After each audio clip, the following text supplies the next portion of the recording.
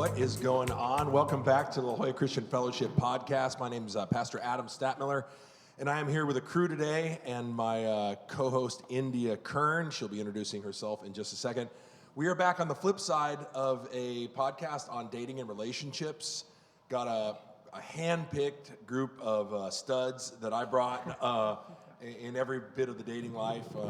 Some of us have been married a long time, some of us about 5-6 years, newly married, dating, trying to be dating. So we're all here.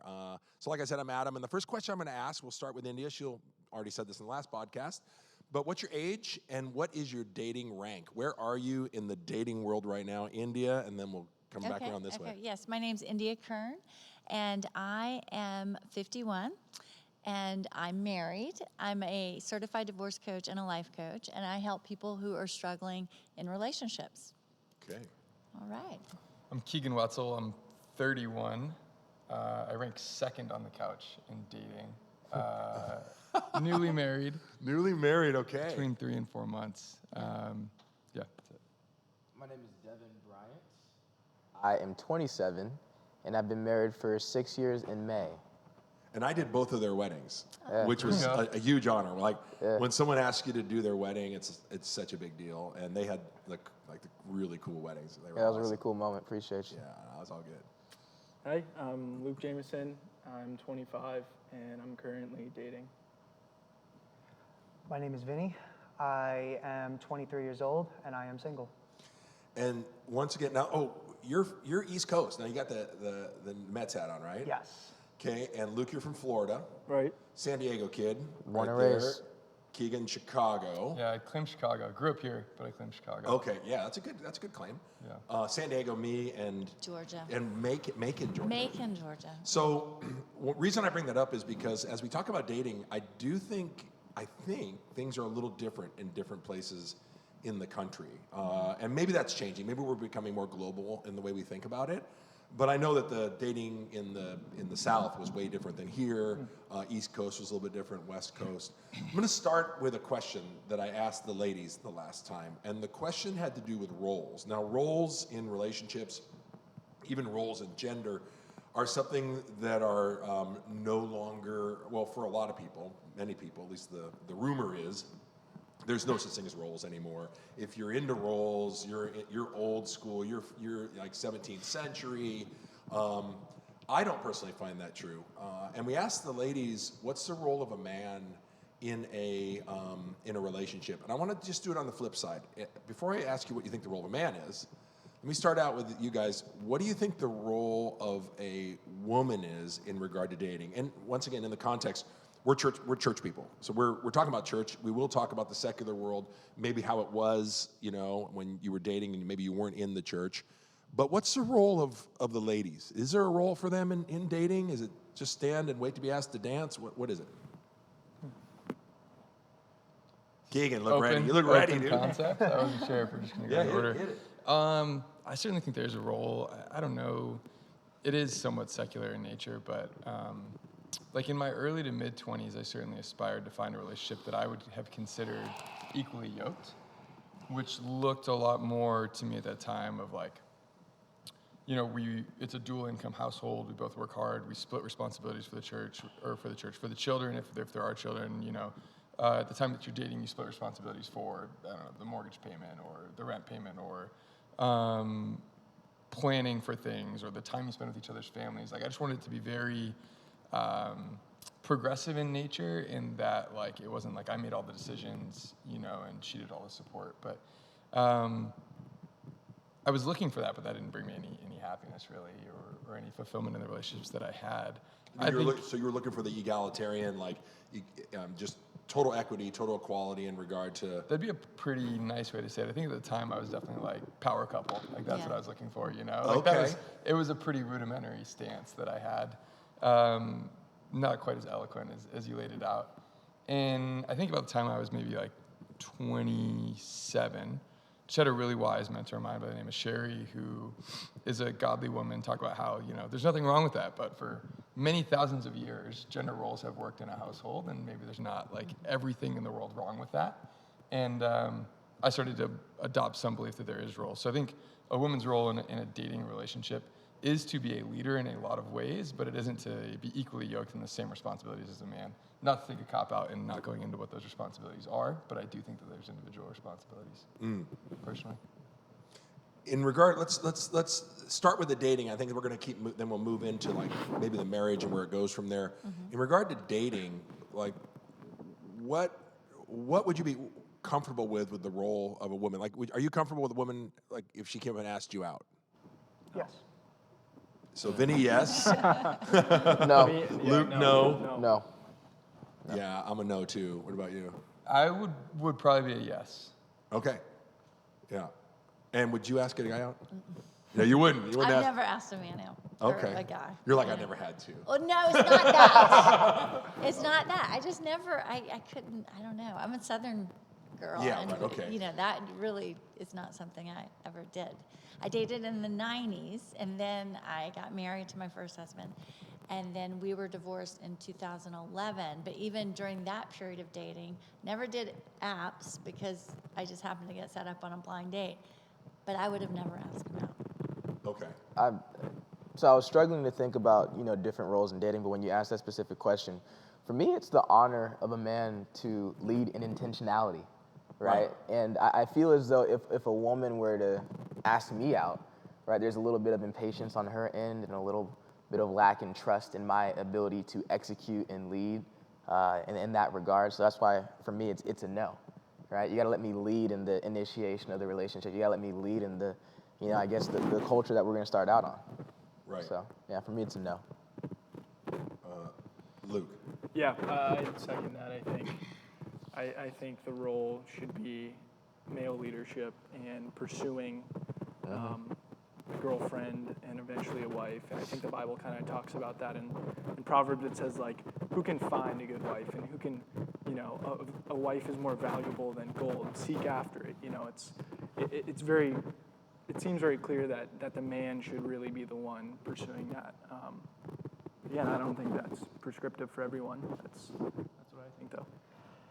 Yeah, I mean, the only reason why I feel comfortable with a woman asking me out is just because of the culture that we live in today, where I feel like now it's okay for women to be more outspoken and go off and pursue a man rather than just like the stereotype of, like the women stay quiet in the corner and the man pursues them. But I definitely do agree on there are gender roles in a relationship.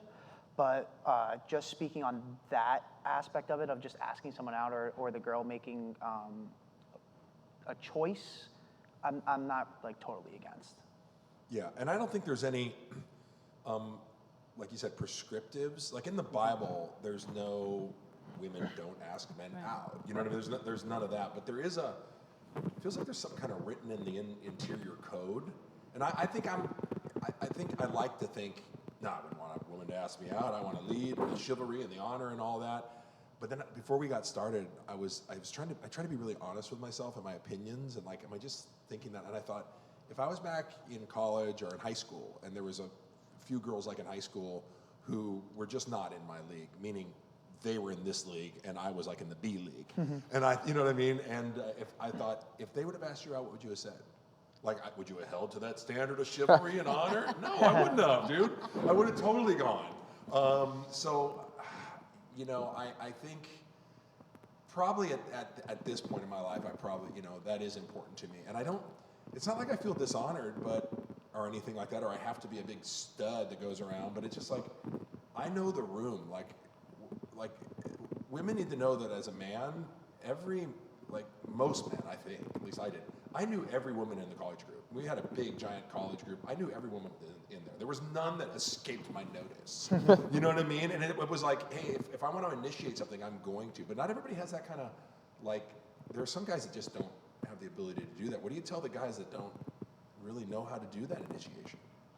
I would say, I think like a lot of us, I think we're all pretty athletic. I mean, Guy's got a hockey injury here. That's intense, man. I did invite most of the guys on my basketball team to Yeah. and everything to be in this podcast, so it's kind of like. The point is, I think like the competition makes men better, and iron sharpens iron. So it's like, if you're waiting to be asked out, you can take cues from other guys that are taking that leadership role, and then that honestly inspires other men to go do that, I think. Did you sense competition in the dating? I think there is a little bit of healthy competition to be the best you can be and the best man you can. And like maybe competition is the wrong word, but just striving to be the best. I don't mind that word. I think Yeah. matter of fact, to be the guy that like women will say like that's the kind of guy I want to be with, and to be that man. But just not all matches work as well sometimes as well. So the competition doesn't matter, because if that guy's not going to work for me, he's not going to work. So Vinny, you're dating, right? Are you dating anyone specifically? No, not at the moment. What's the Vinny dating life look like, bro? Any dating life? Well, Do chicks dig the New York thing out here in California? They do. They do. Surprisingly. Surprisingly. I'm like, I don't know what you see in me, but okay. Come on, I see what they see in you. Look at those eyes. Those Italian eyes, dude, are beautiful. Poop brown eyes. Yeah. But the dating life for me, it's a little, I wouldn't say restricted, but it's more honed in on the online dating. So a lot of apps. And ever since I became a Christian, I decided to get off like the big ones, like Tinder and Bumble, and if I was going to use an app, more like a Christian sound app, like Upward. That's a very popular Christian old are app. you? 23. 23. So when did you start using like apps? When I was maybe 19, when I moved out here. I was dating a girl when I moved out here, and then we broke up because we couldn't do the long distance because of the military. So then I started hopping on Tinder and Bumble. Okay, hang out. Hold that thought. We're gonna come back to that. Yeah. What were dating apps to us like? In the people that did dating apps and websites. I didn't ever do anything. But what did our generation think about that? At first we were like, Yeah, it's It kind of was like you're like, like that's I don't know so if I can do- greasy. yeah. Yeah. But now it it's so everything's normal. changed. I'm talking like I got married in '97. Oh yeah, we didn't do it. But even through the 2000s, it's like. In the oh, beginning, you're it was kind of, I think we're a little judgy. a little judgy. A little Yeah. Well, judgy and it's about all, it. and so it's kind of changing. So okay. But I have a question Yeah. for Okay. Vinny. Go ahead. Yeah. Please. So when you were on, and I don't know where you were in your spiritual walk, but when you were on those apps, did you make it in your profile that you were Christian? Yes. Okay, I did. I wanted to hear And about that. This was a problem that I actually faced with Tinder a while ago, is that they took that religious preference out. So they would have like your zodiac sign and Okay. pronouns, but they wouldn't like have you list Ukrainian whether, flag. yeah, all that stuff. But you couldn't list whether you were a Christian, a Muslim, a Jew, anything. So that's where I was like, okay, this is kind of that's kind of it for me. And then also just the culture of the people on that app, they weren't really okay with Christianity. A lot of my experiences, they'd be like, oh, what's your typical Sunday morning look like? And I'd be like, I'd go to church. And they're like, you're a Christian? I'm like, yeah. And then I would like just they would hit the unmatch button on me. So I saw that 57% of people on dating apps are willing to have a sexual encounter in the first like 3 weeks. Yeah. Oh, Like some yeah. massive number. I don't know stats, whether they're, how statistics work or whatever, but let's just say it's a super high number. Did you find like women are aggressive that way on that or no? I've never been on a dating app, I don't know. I don't know, rather. This has turned into Vinny's Dating Life podcast. sorry. This is fascinating to me, guys. Facts. Yeah. I I'm don't here know for if I would say aggressive, but they would definitely try to initiate sex on the first date. Wow. More than I expected, honestly. And like, I'm very reserved with dating, so like I have to really, really, really like you and feel comfortable just to kiss you on the first date, and that's like You're gonna kiss on the first date? I've done that before. I'd be Okay. lying if I said I didn't. I'd be lying if I said I didn't. Yeah, whatever. But normally, I'm like a third date kind of guy. You're a third date kisser. Yeah, I'm a third date kisser. Okay. I love the morale. You got going. Dude. High But standards. thank you. Yeah, you got to keep them waiting, He said third date. But there has been times where like we wind up kissing and then it'll be initiated on me. Like they'll initiate like they want to have sex, and I'll be like, whoa, like what's going on here? And then that kind of creates like an awkwardness, and then there's usually never a second date after that. Yeah, interesting. Luke, you've been just dating again recently, in a relationship. What was, in regard to like the timing of those type of things? Like in regard to, asking someone out. I mean, what would be? Right. I don't need to know your exact history, but what do you think is the right way to go? Is that too fast? Does that depend on the relationship? Yeah, I think it depends on like how you guys met. One, I feel pretty strongly against some forms of online dating, just because of those statistics you guys just talked about. So I think like really depends on how you meet, and then I would say make an effort to get to know somebody first, and then start to initiate dating and actively pursuing them, and then I mean what happens, I guess. Yeah. I'm just there for the ride at that point. But Let me clarify that. So, like, sexually there for the ride before you're married? No, Or- no. Okay. All right. Just want to clarify that. yeah, because you were gonna get keeping burned it on scriptural. YouTube page, Obviously, I I just meant as far as like gotta get Yeah. that one out. Oh, you started dating your wife when you were what, 14 or 15? Well, I mean, it's technically like a it was whole different ballgame. technically it was 15, but my mom had this rule to where I couldn't date till I was 16, so I had to wait like 6 months to ask her out. you were courting before that. I guess so. I guess I was courting. No, I was going to my friend Brian's house. yeah. Yeah, so I mean 15, 16, whatever you want to call it. It's been over 10 years that I've been with her, and almost 6 years married, like I said. And I'm grateful that I met her in high school, because I wouldn't survive in dating. I'm so awkward, I swear. I put my foot in my mouth, I wouldn't know what to do. I wouldn't know what to do. I've noticed that about you. You're a guy that looks like your outward appearance is so much game, but then you'll put your foot in your mouth. Yeah. In the relationship. Don't do Yeah. that to You told me him. that. It's No big chance. facts. It's I big don't- facts. I don't Which believe see, I can't tell you how many times someone saw me and said, "You're so much different than I thought you were gonna be."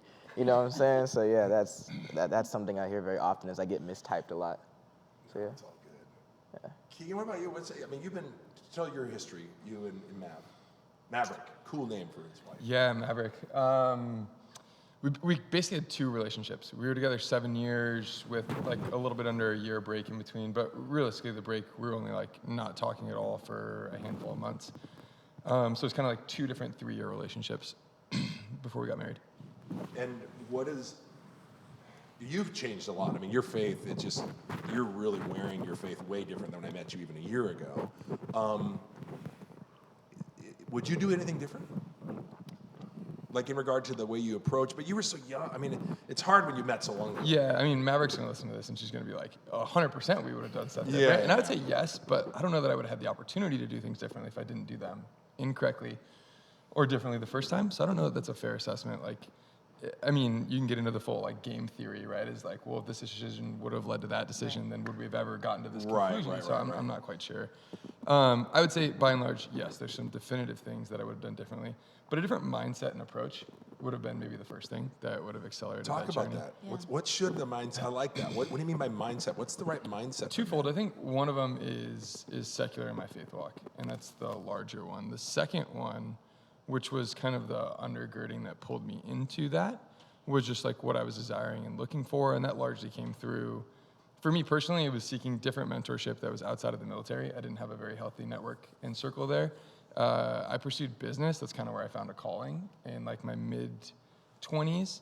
I found some great mentorship organizations. I started getting really into personal development, taking a lot of ownership over what I was doing and where I was focusing my time and efforts and who I was spending time with and what healthy relationships looked like. I got to deconstruct a lot of my past and what unhealthy relationships look like and what I was kind of, for me particularly or specifically, I was attracted to my wife because of all these things she had that I didn't. She had an amazing faith walk. She was so caring. She can tell you everybody's birthdays, off the top of her mind. She's like always on top of all the little things that truly matter. And those things attracted me to her because those were areas that I was maybe weak. And then I tried to, in our relationship, our first relationship, change her to be exactly like me and not do any of those things. And so it was like, of course that wasn't gonna work. Like that was a bad approach. It was a bad mindset around like, why are we dating and what are your roles, to go back to that.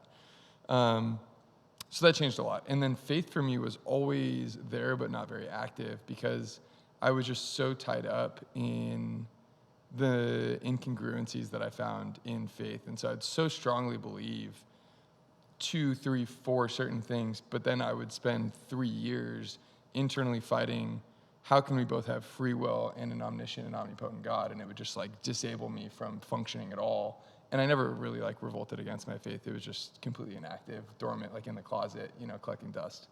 Right. And I want to step into that, what I would have done differently, because as I'm listening to him talk, there's definitely a lot of things I would have done differently. I don't think I led in my relationship with Eden until I hit like 24 or 25. So you're talking about already close to 10 years in my relationship, and I just started leading. You know what I'm saying? And one thing that really sticks out to me is I would have got married in college, like sophomore year. That was my next question. Yeah, man, let me step into that. Yeah, do that. Hit that. So I did not feel like I had the support to do so. And I was afraid of what everybody else would think.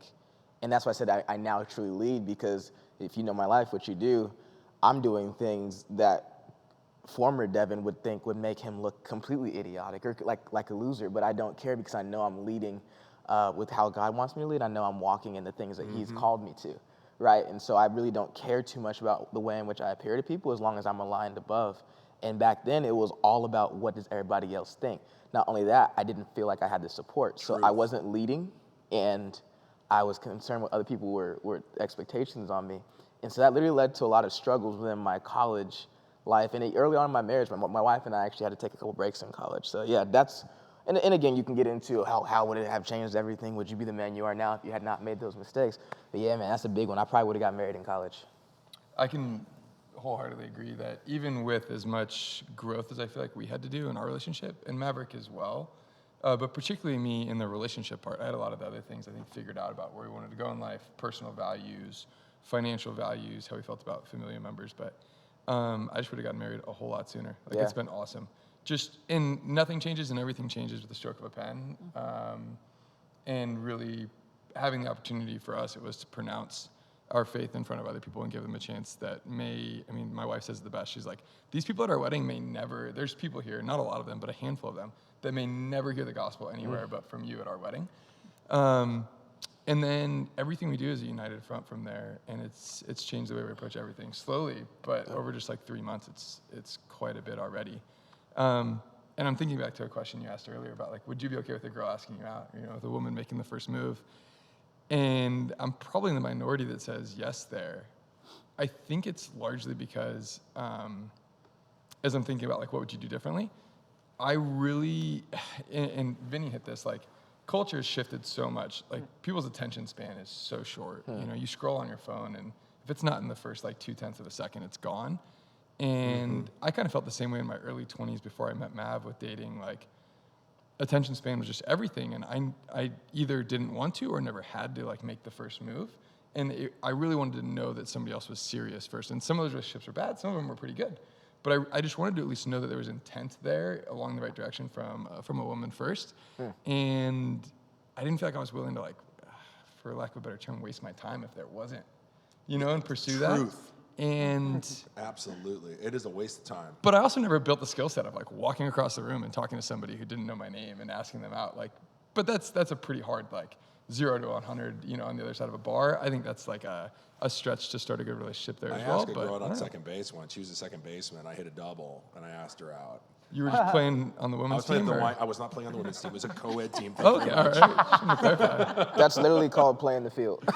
And she was from Georgia, and she ended up saying no because she was moving back to Georgia. She didn't want to get into relationships. So.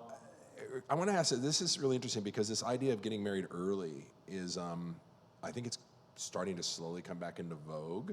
Parents are terrified of kids getting married early. My daughters have both asked me recently, what do you think? I'm like, if you found somebody and got married at 18, I'm all for it. Like, you have the support network, you have the mental health, you have the emotional health, you have, it wasn't like, I grew up in an alcoholic family and my parents got divorced. There was certain emotions that weren't on the table. I didn't know what I was doing. Like, we about killed ourselves the first 5 years I was married, but my kids have the skills that I didn't have. how do you feel as you're a mom? You got daughters, what, Yeah. 17, 19? I would say for them right now, a little bit more time. I have an almost 18-year-old and a 20-year-old, and I just think that they're just not ready. And I wasn't ready at that time either. I also came out of dysfunction, and I didn't know what I wanted. Like you were talking about your values, I didn't know that, and it took me going through a divorce to start identifying what I even wanted and like what I stood for. And so I don't know that my girls are ready, or if they know their core values and what they're looking for yet. I think they need some more time. So women are actually not, they're dating less, they're in less relationships. They say over 50% of women will be single by 2035. The average age for a woman in America to marry is 31. In Europe, it's 33. That gives them, if let's say the birthing age is to 40, Right. that gives them a 7-year birthing window if they even want to birth.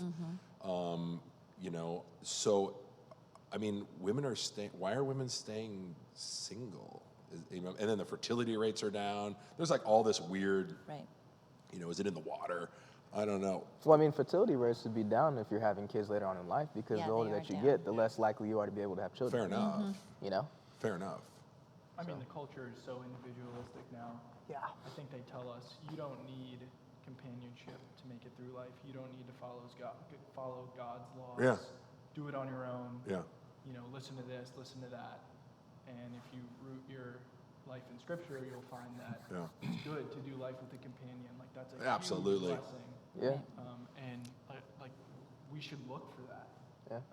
But that's if I had to guess, that's Well, I hear people all the time, especially women, like, I don't need a man. I'm like, yes, you do. Yep. That's what I was if going I to get say. that a lot. And That's what I was gonna say. go ahead. Well, I want to step into that. We have a hustle culture, right? What's your side hustle? What's your business? Are you out there getting it? And then it's like, okay, you go out there and you hustle and you get all the, the dough. It's like, what you gonna use it for? Well, I don't know. Everybody's hustling, so I gotta hustle. Right. You know what I'm saying? And so I feel like if you're hustling, right, then you get in the back of your head, well, I can't get a significant other because then they'll stop my grind, they'll stop my hustle. And I was talking to people about that with people at work, just being, young college students.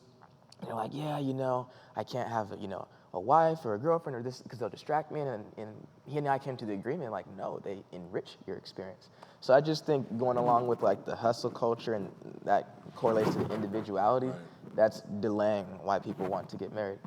For me, my wife, like I said, I didn't lead when we first got married. She kind of strong-armed me. But I was like, I got to have this set up, this set up, this set up. And she's like, why? And she just refuted everything. And I was like, I really don't. I guess we can get married, type thing. So Absolutely. yeah, you want to have all your ducks in a row, but something my dad told me was there's never a right time to get married. My dad says the same thing, man. Yeah. Like verbatim. Yeah, and he was right. Glad your guys' dad says that. My dad tells me never to get married, ever. Yeah, which is interesting because marriage and family is seen as a hindrance now. It's like a Yeah. That's right. That's what I was going to talk about. It's not really celebrated. Like, I don't know if you look, not that long ago, the 90s were a great era. Like, it was I do like the 90s. They're growing on me. It was good. I it was enjoyed good. the 90s. Yeah. Yeah, good It's coffee. a good run for my Bulls. It was good. Good run for the Bulls. Still haven't seen that Jordan jersey. Mav's holding out on me. Oh, I know got it's my at our Bulls house, socks though. on right now, too. Do you really? So I do right now. They got the little logo on that side, but yeah. I think different things were celebrated, to your point. And it's kind of, my dad does a great job of describing this, how it's like rotational, like fashion. Like, there's only so many ideas that Oh, people go with. Like, things just kind of just get Right, cycled right, through, right. like, every 30 years. I'll be wearing puffy shoulders again pretty soon. Or Yeah. So I think things kind of get cycled, and then there's things that take a major shift. But used to be celebrated if you could, like, if you were great in the kitchen. Used to be celebrated if you were like a really good dad who could be there at 2 p.m. on Tuesdays and Thursdays. Like, that stuff's not celebrated right now. And I heard from uncles as well, and people that I was close with, and guys who got married the day we graduated or the day after we graduated from the Naval Academy, and had 2 kids and were divorced within 3 years. Never get married, and so. You hear that. For me, probably like you, Vinny, I was getting out of the military, and there's plenty of things I'd never been able to do because I joined the military when I was 17, that I had to get out of my system and learn a lot of those things. But a lot of the personal values I already knew. I'd just been ingrained with culture that wasn't that good. And I think I was just reading it right before we got married, and I wish I would have found it years earlier. But again, would I have been receptive? I don't know. But it's pages 44 and 45 of The Meaning of Marriage by Tim Keller.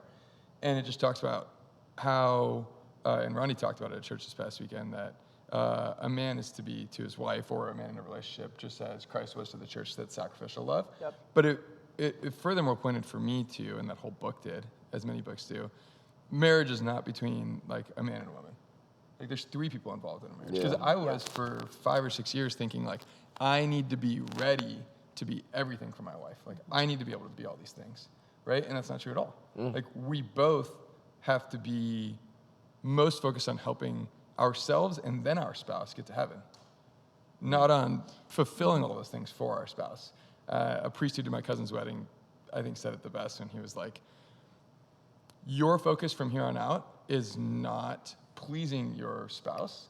It's first and foremost fulfilling the word of God and entering into the gates of heaven. And second, trying to set a leadership example for them to follow, but you can't make them do it. Mm-hmm. I was like, whoa, like it just like, it's funny how a thought can just unlock that much. Like shackles fell off me. I saw a diagram once, and it was a marriage retreat, I think, and the center was God, and then the orbits were wife and husband, and then the orbit out of that was children. So the center, the most important thing was God, and then everything first, wife and husband, then children. So it's not what we are taught or what we see as children center, and not God. I said, and Devin jumped in. I said that women say I don't need a man, and I would say to men who say I don't need a woman, well, God said yes you do. Yeah. That's the biblical model that there is, and there's no.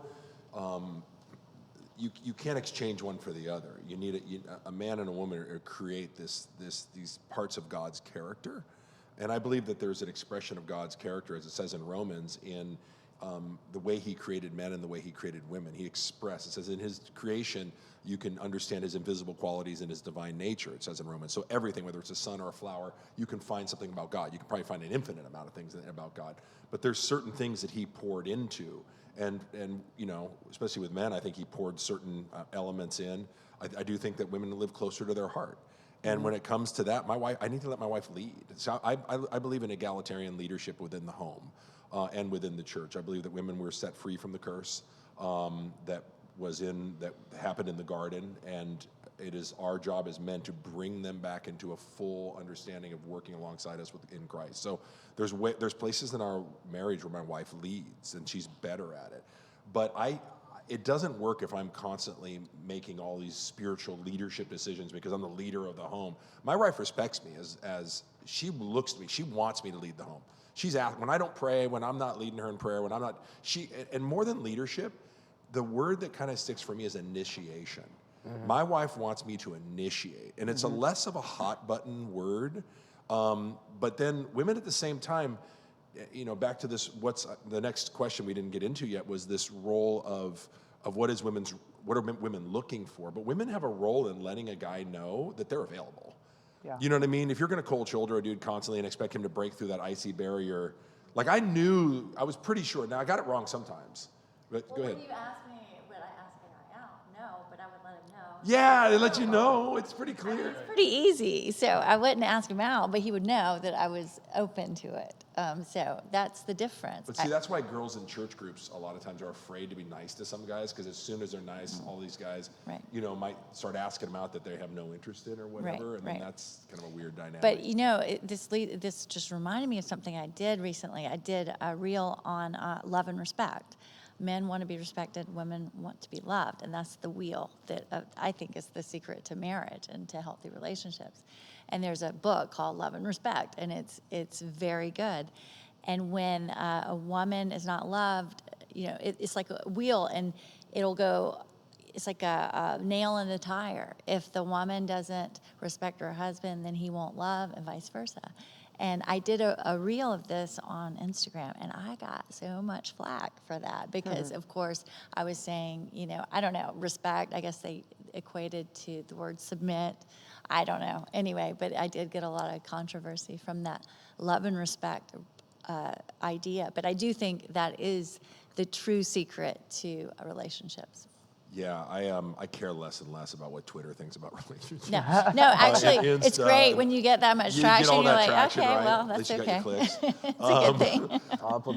Look, Vinny's been in the penalty box since we dipped into his marriage. I want to ask him, Vinny, Penalty box. So I want to ask this question to all you guys. What are women looking for today? Secular women? And are they looking for something they're not voicing? Are they being dishonest?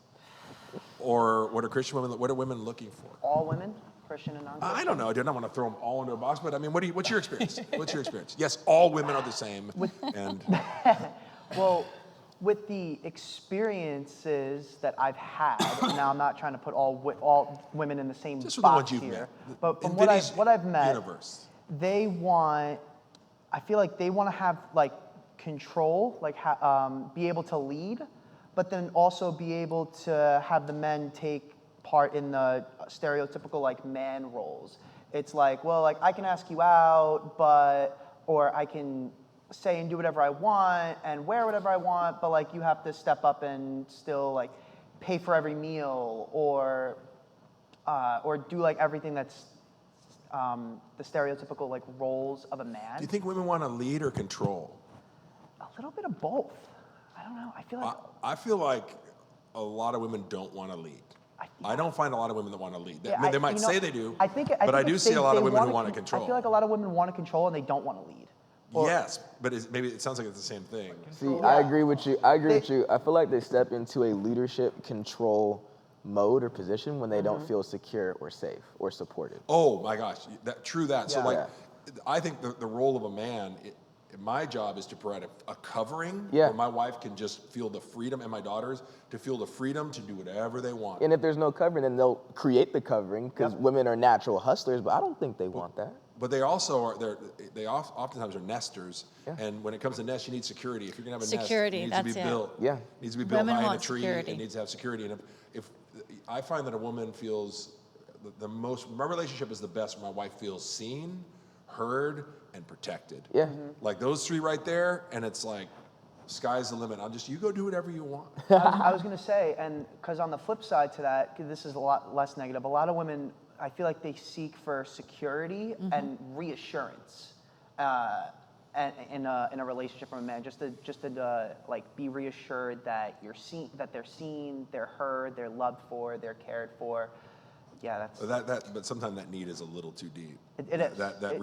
It's a little too much. I can't be that for you. I've had it where like it's like you need to come see me every single day, every other day. Why don't you text me every me? morning? Yeah. Yeah. Why don't you text me? Why are you taking so long? Like I come first, and I'm like this is a lot for me. The godly husband, it says in Proverbs, it says has full confidence in his wife, and she brings him honor at the city gate. You know, I think like I'm a leader. I lead Bible study, and my husband's a strong leader too. So two leaders, it's not that we're competing because we do different things. My gifts are nurturing the children, and I have different gifts than he has. 100%. And I want him to lead. And, I even told him the other day, we had a discussion. I was like, I want you to lead. That is fine. It doesn't mean it takes away from what I do. I do things well that you don't do. And we have this great relationship. I mean, it's not a competition. Right. But I think the trick is feeling very secure. And I don't, I feel confident in my role. I don't know. What is your role? My role is to be a nurturer, let's see, what else? It's, he uplifts me. That's the thing. We're leaders, but he also wants to see me do really well in whatever I'm doing. So he's my cheerleader, but he's also my leader, and I can lead in different parts of our household. That's a good question. Where do I lead? Is that what the question was? That was just what's your role? You said What's my role? I am definitely very much a mother. I mean, I nurture the whole family. I take care of the kid. I mean, they're older, but I'm always the one they call. What do you say to a woman who like doesn't have that nurture, going on? My grandma she had utility and duty. Okay. So it was all the nurture was based on duty, and I love duty for men, like. That's my mom. Honor and duty. Utility and duty. It's like, and so the nurture is like, hey, I showed up, I picked you up, I did what I wanted. You know what I mean? But there wasn't like, oh, come on, let's bring it in. You know what I mean? Yeah. Like, my mom, now she does that because she had a lot of healing in her life. When I was a kid, because of her background, there was no physical touch in my home. Unless it was like the occasional backhand. And my dad would have me rub his hands, but we just didn't have physical touch. So we didn't have that nurture. Right. But so my mom's, different now. She's kind of healed, and she Right. would be that now. What would you say to the woman who doesn't have that gear? Everyone's got their own love language, so to speak. And maybe it was, maybe your mom's back in the day was acts of service, or what Right. she did was, look, I did this for you. So once you start identifying what this person, what makes them tick, like maybe it isn't physical touch, maybe it's appreciation, words, of affirmation. That's a big deal for men. For me, like when if my wife's critical of me, like that's not about. Let me jump to these guys real quick. What do you guys think the role of a woman is in dating, relationships? Is there a role? Building up can for sure be a huge part of that. Like, I think in Ecclesiastes it talks about how, like, in wisdom and knowledge, there's sorrow, and I think men carry a lot of really intense, heavy burdens, and a good woman can really just lift you up, and can share that burden with you, and that's kind of how God designed it. Right. Like Proverbs 31 talks about, she laughs at the time to come. She shares that burden with you, and men need that. So that's what I would say is the role for women in relationships. Add to that and completely agree that again, I was attracted to my wife because I thought she had such good priorities that I was like yearning for. Then I tried to adjust all of her priorities to me over the next couple, which I didn't realize I was doing. But in hindsight, I was like, that was not going to work. Wetzel Industries. Yeah. But I think my wife and I think women they have this ability to lead from the second chair is kind of the concept to like focus my attention. One of the big things going around like Instagram and Twitter is like golden retriever energy, and I identify with that. That is me. Like I can just go. I can just like wind me up and I just go, like battery powered, coin operated, insert here. But I don't know sometimes when I have deviated 6 inches or 6 miles from the path that we said we were going to go on, and Maverick knows like miles before the exit if we're going to miss it. And she can just focus me. Yeah. Because she's so well balanced, and that's a personal trait of hers that's amazing. And I want to celebrate and lift up and encourage. And also, I think that's a role for many women in a relationship if they seek to lead their household, but do so in a conducive manner, or not their household, yeah, their relationship. Do so in a conducive manner that just aligns with their values. They're not doing all the heavy lifting in every area, Right. and that's okay. Right. But it's that, hold that thought. It's that discernment piece where women lead for me, because I'll be so often, and it's actually changed. It doesn't really happen as much anymore. But I'd be like, hey, let's go buy this piece of property, and my wife would be like, I'm not feeling that's the right call. You know what I mean? And when I violated that, I paid. Like she high percentage. She knew what was up. Now at that point, I think she's leading. You know what I mean? Or at least it's that partnership. It's not really leading. It's like we're working together. But that's super important. Luke. Yeah, I was just gonna say, I think, to further what Keegan was saying, like, women are really good at emotionally protecting men, whereas men can be very good at spiritually and physically protecting women. And when that goes hand in hand, it's beautiful. Like, a lot of times, like you were saying, words of affirmation or just that compliment from, Right. that special woman in your life is like, it means so much to us and can really build you up. And then we're better at physically protecting and providing, and that's good for them. It's like this cool symbiotic relationship. Why do people feel that being tagged with a strength, like let's say men are better at physically protecting, that is universally true? You give me a fight between, and let me pick the 1,000 strongest, best women in the world or the 1,000 best strong men in the world. I'm picking the men. They're going to win every time, every single time. Yeah. In a fist fight, course. I would say even with war with weapons. I just think men are aggressive. They're full of testosterone. A whole bunch of studies on like even the way that before they did studies on Uber driving, and they found that there was a wage gap, but they didn't allow with Uber driving for you to know if it was a man or a woman. So the statistics came out when they finally went and got all the statistics and the data on this. They found out that the women made like $5 less an hour than the men just because they didn't drive as aggressively, they didn't drive as fast, they worked different schedules that were more conducive to their time. Like they weren't just grinding like the men. And they couldn't, when they did the study, it was completely innocuous as they did it. So people now, you were to say like, I love what you just said, Luke, that women emotionally, they have a role, whether they fulfill it or not, to emotionally protect. Why is that limit? It's hated in this culture to say that women are better at this than guys, or Why is that so hated? Because we've placed a value on the ability to bring in wealth over the value to build a home, and nurture that home. It's really just the value that we place on a certain aspect of society that has really changed how we look at things. You know what I'm saying? Like if you were to look at what makes somebody successful, right? You would probably align it with traditionally more of what a man pursues rather than a woman. You know what I'm saying? But there is high value on the things that a woman brings to the table. They're home builders, in my opinion. The ability to nurture, foster, maintain, and run a entity as a family, right? I don't know, just the women in my life that I've seen, single mothers or otherwise, able to do that is impressive, and I haven't seen it in the same way from a man, I think it's largely identity issues as well. To go to some of the frustrations that we've talked about offline, like what you're reaffirmed for and what you see being promoted in society. Like if I'm a woman in this church or any other, and I want to figure out what it is that's going to bring me a fulfilling relationship, and I look at where I spend 70 or 80% of my time, it's like athletes, social media influencers, and musicians that are not probably substantiating the things that align with my values, but they're getting the time, attention, and focus. And so I think a lot of people have an identity issue in what it is that they bring to the table. So maybe it's a woman that has an amazing career and is great at what she does. Like, that's also fantastic. But if your identity is tied up into, I need to be these things because this is what a man is looking for, and then the second that that guy comes across the table, you're like, no, I'm not interested in him, because you got your eyes set on like what is going to promote and fulfill your identity. It's going to be very hard to be fulfilled in a relationship. Luke, you were going to say that. Yeah, I was going to say, I think as a culture, we've lost a sense of God. We've lost our morality. I think that's pretty clear to everyone here. But and the fear of the Lord is the beginning of wisdom. That's where you start. And so it's really not surprising. We've lost a sense of morality, that things are so backward now. Absolutely. Humans can't. We're irrational. We get our sense of rationality from God. He's a God of order.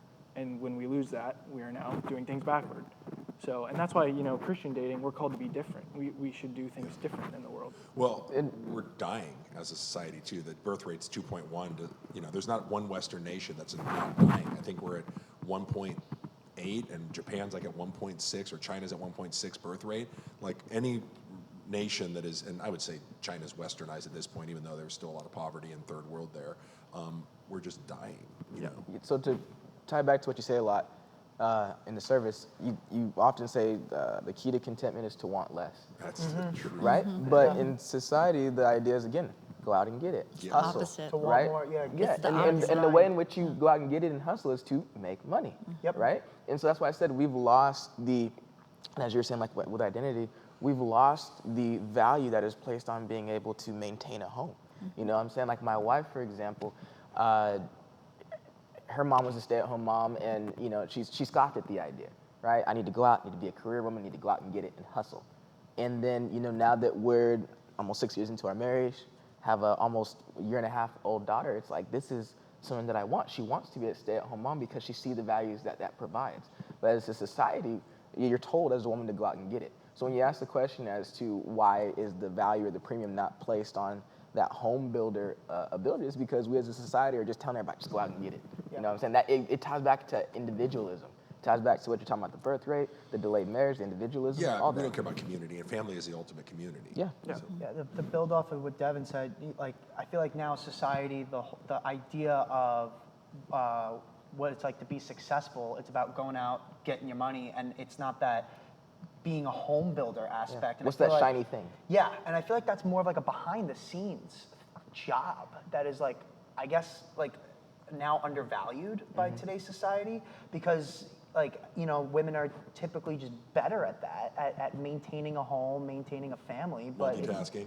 I'm sorry? Multitasking. Multitasking. I thought that was a joke. Just like patience in general, but it's not like in center stage, it's not at front. They're not seen doing like lifting the heavy object, going out and working, and I guess that's probably why it's like so undervalued now, and it's such an understatement of There was just of a this life. video that came out. There was a female comedian, and she was talking about, she's like in her 40s and how amazing it is not to be in a family, not to have a wife, or not to have a husband, not to have kids. She likes to get up, just eat edibles, chase sexual pleasure, go to the gym, then fly off somewhere, and then go to a wine bar night. And I was like, how lonely. Like, Yeah. that sounds miserable And empty. to It me. is. You know what I mean? Like the thought of getting up and like for the guy, the other side of the guy is like go out with your boys, play some sports, do some gaming for 4 hours at night until you go to bed at 4 in the morning. Whatever the guys do, eat your pizza. The guys have this whole different thing that they can do. But for me, like getting up and changing like 4 diapers in a night when I was a dad and I was, a young dad and doing those things, like I would take that life and push in the cart and going to Trader Joe's with my wife and playing Scrabble than any of that stuff that looks bling and like, I don't know. And yeah, I can't necessarily nail the nail on the head of like why that's so like undermined now. I feel like it's just more of like a look at me, look at what I'm doing, look at what I have. Well, I think- can. It's because like Luke said, we've lost our sense of morality. Yeah. And we've lost our sense of God's importance and place in society. The model of a family is a great model of God's love for us. Yeah. When I look at my daughter or I receive love from my wife, like it's love that's coming from the Lord. You know what I'm saying? And so that's why it's undermined, is because we don't place as much of an importance on God in our society. But And I also think it's identity versus role. I think we get so, like, our identity is caught up in what we do. Yeah. Identity's a better word than role.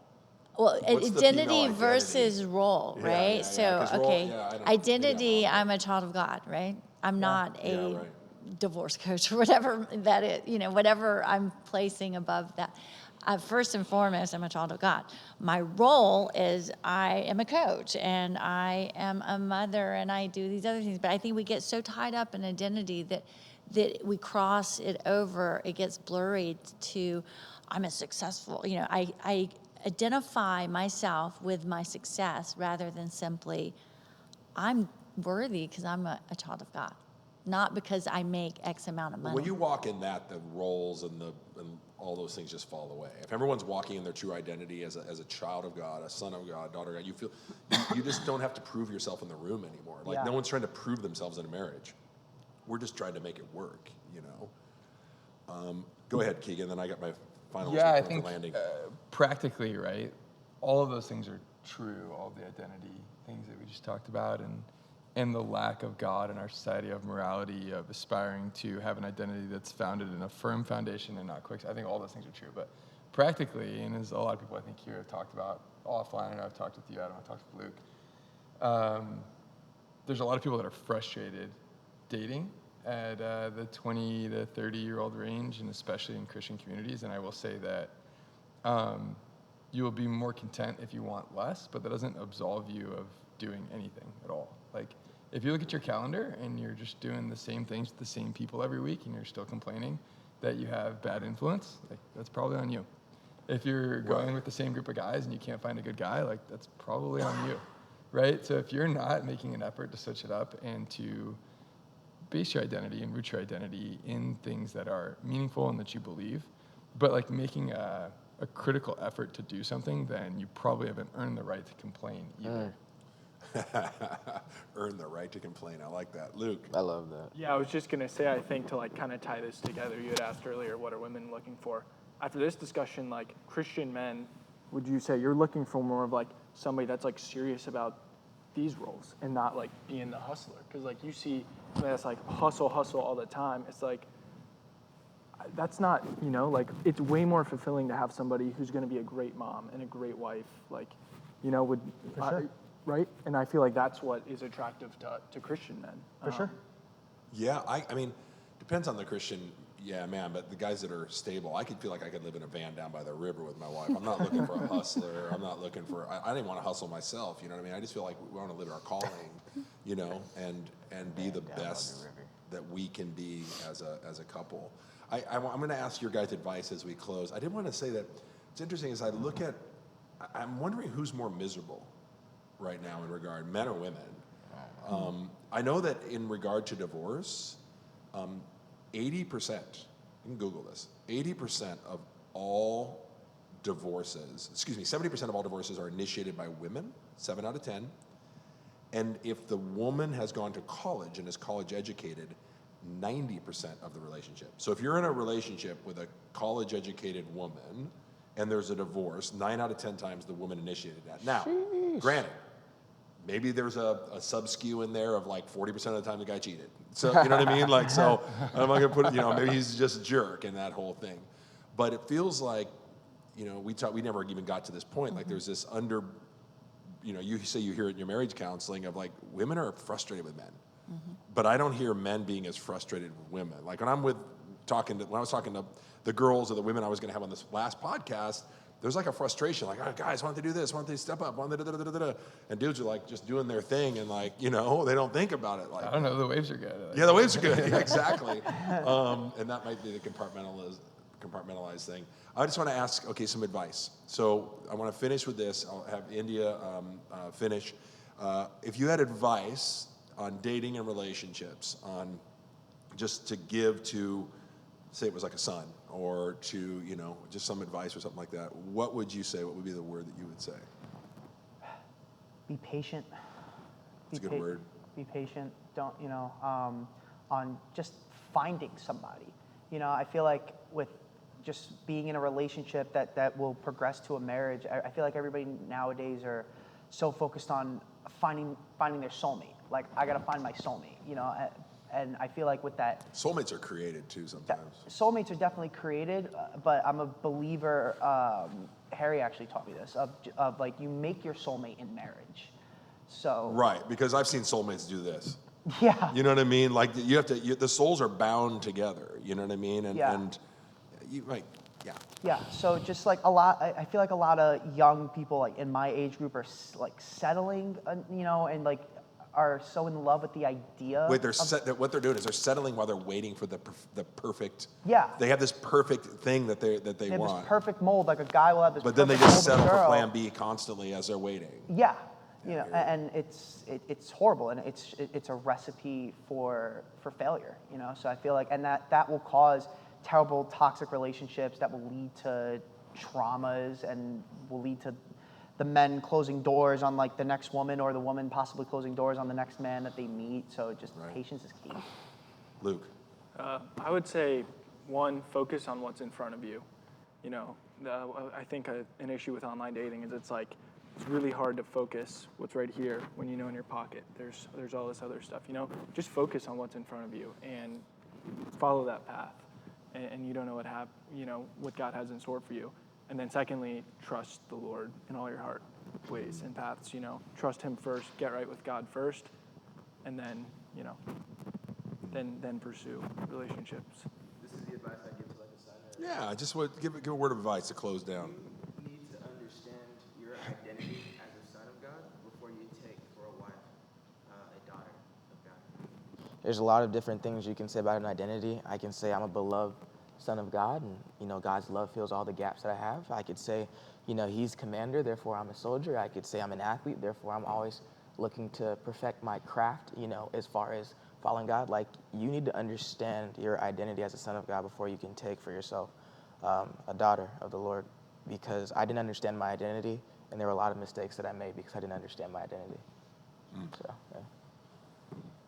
I think the most important thing, and this is, for my buddies who are kind of in the search as well, is that you don't wait for the perfect person to come. If you want to attract the type of person that you want to be with, you got to become the type of person that will attract that woman. That's right. You got to be working on that. That's an active act. It's not a restful one. I think also there's a lot of value in decisiveness that we miss. We wait for the perfect thing, and if you place the biggest value in your life on time, because you can't get any more of that, and you wait 6 years to make a decision, that decisiveness was probably worth more than that 6 years that you waited. And then you say this all the time, you can accomplish all of your goals in life and be totally unhappy, but if you live by your values, you can accomplish none of your goals and be entirely fulfilled. And I probably say that to myself once a day, what are your values? Are you focusing on that? Yeah, you can accomplish all your goals while violating all your values. Exactly. Yeah. What's yours? So it kind of piggybacks on yours. You don't get what you want, you get who you are. And so know yourself. It touches both of what you said. You got to know who you are, because if you don't, you'll just get that. You'll get anything. So you need to know your core values. You need to understand yourself, what you are aiming for. You don't get what you don't aim for, but you got to know what you stand for. And so, if I could go back to that person, myself, in the dating years in my 20s, I didn't know who I was. And so if I had known like what my core values were, I would have had a different destination. Right, right. So it's so important and of course, going back to know yourself in Christ. Then fill up, and then you'll attract that person, that caliber of person. Mine was that be intentional, and it's the same with marriage as well. Let the lady you're focusing that's in front of you know where you are on the map. Me, I had a 3-date rule. Or the third date, I can kind of know what's going to go. I didn't date, and after I was 22, after I got out of college, I was trying to figure out my dating life after just whatever. Before that, but once I got out, I took 2 years off, didn't date at all, and then the first girl I dated, we dated 4 months. We only held hands. Then we broke up. She ended up coming to our wedding because we did it right. We were believers. Met my wife, same thing. Kept her pure. But just let the woman know what your intentions are. Like if you're a dude, like what I would say, I don't hit him with them at first time, but by date 3, just say, hey, I dated with intention, and this is where I'm going, and I don't know if this is going to work, but it looks like it could. Would you like to go out on a 4th date? And just be very clear and be, communicative, and put your heart into it and love Jesus. So, hey, this is so good. Like this is a really, really good conversation. I was impressed by your guys' knowledge, scripture that was coming out and everything. I hope you enjoyed the podcast, everyone. And I think there's a camera here I'm looking at. If not, you're going to find me, Ellen. We will see you at the next one next month. I hope you dug it. If you didn't see the ladies talk, they are also on this. You'll find us on YouTube, Spotify, all over the internet, La Jolla Christian Fellowship Podcast. We are out.